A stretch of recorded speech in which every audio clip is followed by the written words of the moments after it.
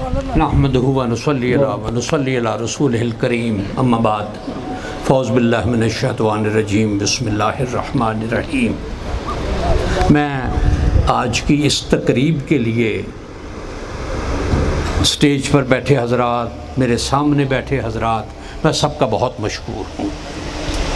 اور یہ تقریب سجانے کی ضرورت اس لیے پیش آئی کہ میں پاکستان ہوں، تو پاکستان ہے، ہم سب پاکستان ہیں۔ اور مجھے کل کا ایک خاتون کا ایک فقرہ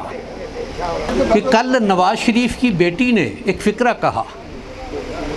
کہ پاکستان سے جو کوئی لوٹ مار کرتا ہے وہ انگلینڈ بھاگ جاتا ہے، اور ہم عمران خان کو انگلینڈ نہیں بھاگ۔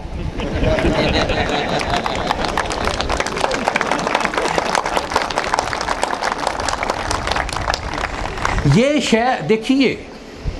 کہ سچ کسی نہ کسی انداز میں کسی نہ کسی طریقے سے منہ سے نکل جاتا ہے۔ جھوٹ کی سیاست کہ اگر ہم 2017-18 کی اسمبلی کا اس وقت کو یاد کریں تو اس وقت یہ کہ جناب سپیکر یہ ہیں حقائق، اور جب یہ کہا گیا کہ ان حقائق کے ثبوت لاؤ تو وہ کوئی نہیں ہے، عدالت نے مانگے تو کوئی نہیں ہے۔ اور مجھے ذاتی طور پر ایک جرنلسٹ ہیں ہمارے،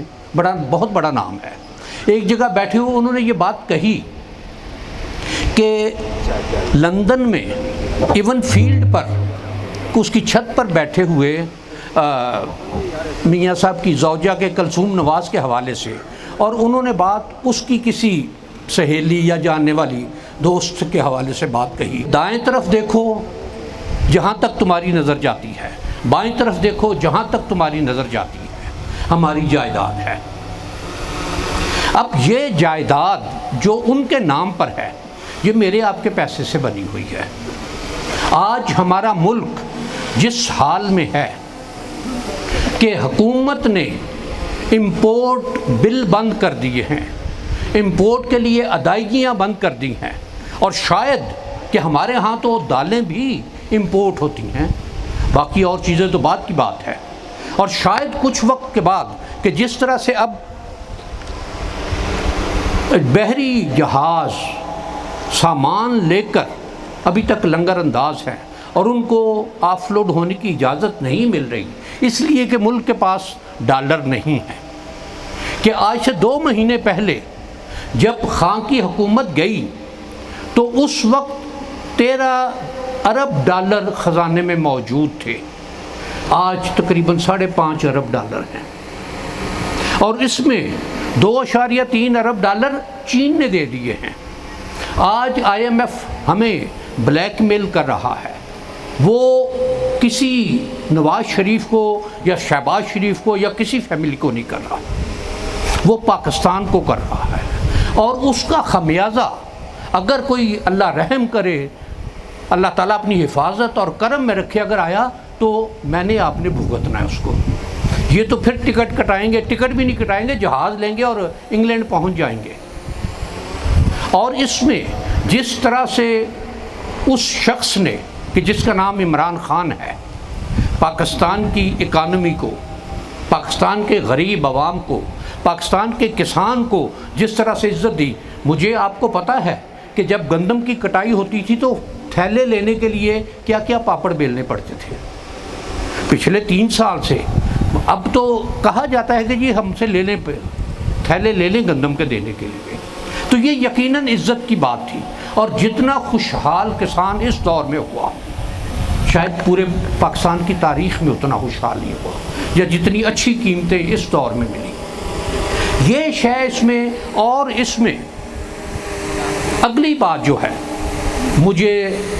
بہت دفعہ پرائم منسٹر ہاؤس جانے کا اتفاق ہوا، وزیر اعظم سے ملاقات ہوئی، مجھے نہیں بلکہ یقیناً شاید اس سے پہلے بھی جانا ہوتا رہا، لیکن اس میں چائے کا کپ اور پلیٹ میں 5 بسکٹ ہوتے تھے۔ چھٹا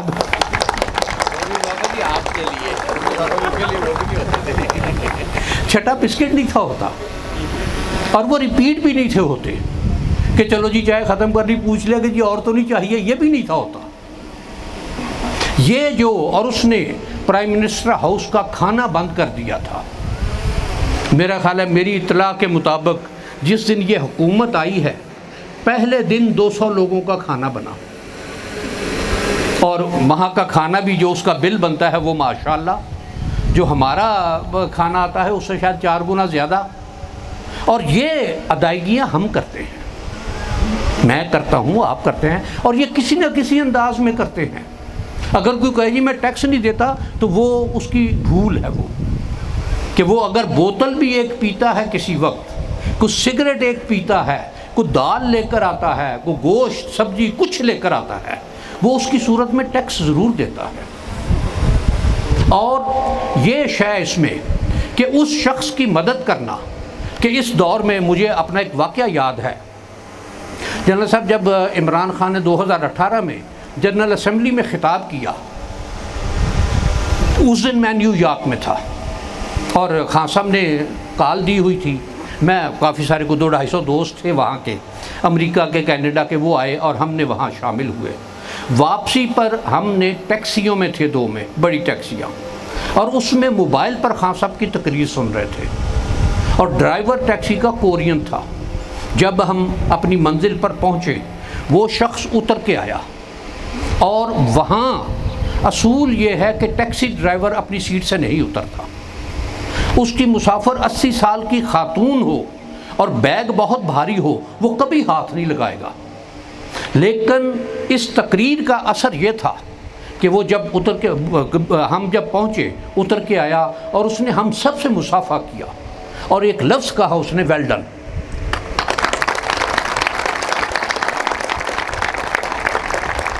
اور اس کے ساتھ ایک دوسرا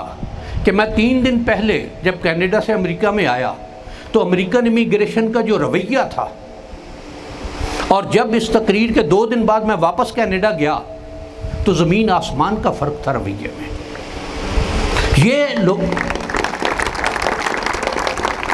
یہ لوگ ہوتے ہیں جو اپنے ملک کی عزت، اپنے ملک کے شہریوں کی عزت، اپنے ملک کے عوام کی عزت، اپنے ملک کے جھنڈے کی عزت، اپنے ملک کے پاسپورٹ کی عزت کا محافظ بنتے ہیں جو لوگ. اور یقیناً اس شخص نے یہ بات ثابت کی کہ یہ نہ صرف پاکستان کی سالمیت کے لیے، اس کی عزت، آبرو اور وقار کے لیے یہ ہمہ وقت مصروف ہے. صرف زبانی نہیں کہا، اس نے عملی طور پر بھی یہ بات ثابت کی. ختم نبوت کا معاملہ آیا، مجھے یاد ہے کہ جب 2017 یا 18 میں اسمبلی میں ایک بل پاس کرنے کی کوشش کی گئی تو الحمدللہ میں نے اس کے خلاف بہت کچھ کیا. جب الیکشن کا مرحلہ آیا تو میں نے اپنی ایک پوسٹ لگائی، کوئی 1.5-2 منٹ کی پوسٹ تھی،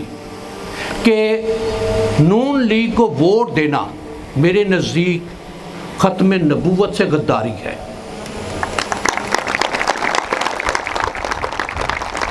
اور ہماری صحافت کا ایک بہت بڑا نام ہے، شاید لیجنڈ ہے وہ صحافت میں. مجھے 1.25 گھنٹے کا ان کا ٹیلی فون آیا کہ تمہیں یہ پوسٹ نہیں لگانی چاہیے، تمہارا یہ سٹیٹس نہیں. میں نے کہا کہ جہاں سرکار صلی اللہ علیہ وسلم کی بات ہوگی پھر میری کیا حیثیت یا کسی بھی کیا حیثیت. اور میرے نزدیک میں نے اس بات کو صحیح جانا، صحیح مانا، میں نے اس کا اظہار کر دیا کہ میرے نزدیک یہ ووٹ دینا یہ ختم نبوت کے مشن سے غداری ہے. آج ہم یہاں اکٹھے ہوئے ہیں علی افضل سائی کی سپورٹ کے لیے، مدد کے لیے. میں تمام اپنے احباب کا، بوڑھے والی سے اور جو ارد گرد کے دیہات یا اس کانسٹیچوئنسی سے، میں ان سب کا مشکور ہوں اپنے اللہ کی بارگاہ میں اس استدعا کے ساتھ کہ بار الہ ہم نے خان کا ساتھ تیرے محبوب صلی اللہ علیہ وآلہ وبارک وسلم کی محبت میں دیا. یہ نوجوان جو الیکشن میں آیا ہے